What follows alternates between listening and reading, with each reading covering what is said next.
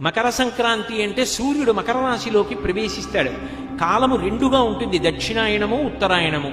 దక్షిణాయనంలో దేవతలందరూ నిద్రపోతారు, ఉత్తరాయణంలో నిద్రలేస్తారు. దేవతలు నిద్రలేస్తారంటే బ్రాహ్మీ ముహూర్తమునందు లేస్తారు, తెల్లవారుజామున 3 గంటల వేళ. దేవతలకి తెల్లవారుజాము వేళ అంటే అది పరమ పవిత్రమైనటువంటి కాలం.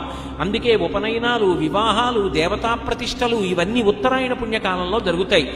ఆ ఉత్తరాయణ పుణ్యకాలంలోకి సూర్యుడు ప్రవేశించగానే మజ్జనం దానికి ప్రాధాన్యత.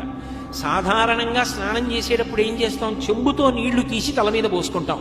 మజ్జనం అంటే మునక వేయుట, తల మునిగేటట్టుగా స్నానం చేస్తారు. జీవనదులలో కానీ పుష్కరిణులలో కానీ స్నానం చేస్తూ ఉంటారు. తల ముంచి స్నానం చేస్తారు, దాన్ని మజ్జనం అంటారు.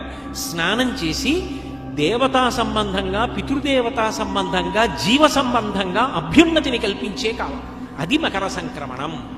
పుణ్యకార్యం చేయడం నేర్చుకో, దాని వలన పొందిన పుణ్యం నీ జీవుడితో వస్తుంది. మకర సంక్రమణ పుణ్యవేళ పరమపావనమైన కాలం. ఉత్తరాయణ పుణ్యకాలం దేవతలందరూ నిద్రలేచేటటువంటి సమయం. ఆ సమయంలో నువ్వు చదివే ఒక స్తోత్రం, నీ ప్రదక్షిణం, నీ నమస్కారం, నీ భగవన్నామోచ్చారణం నిన్ను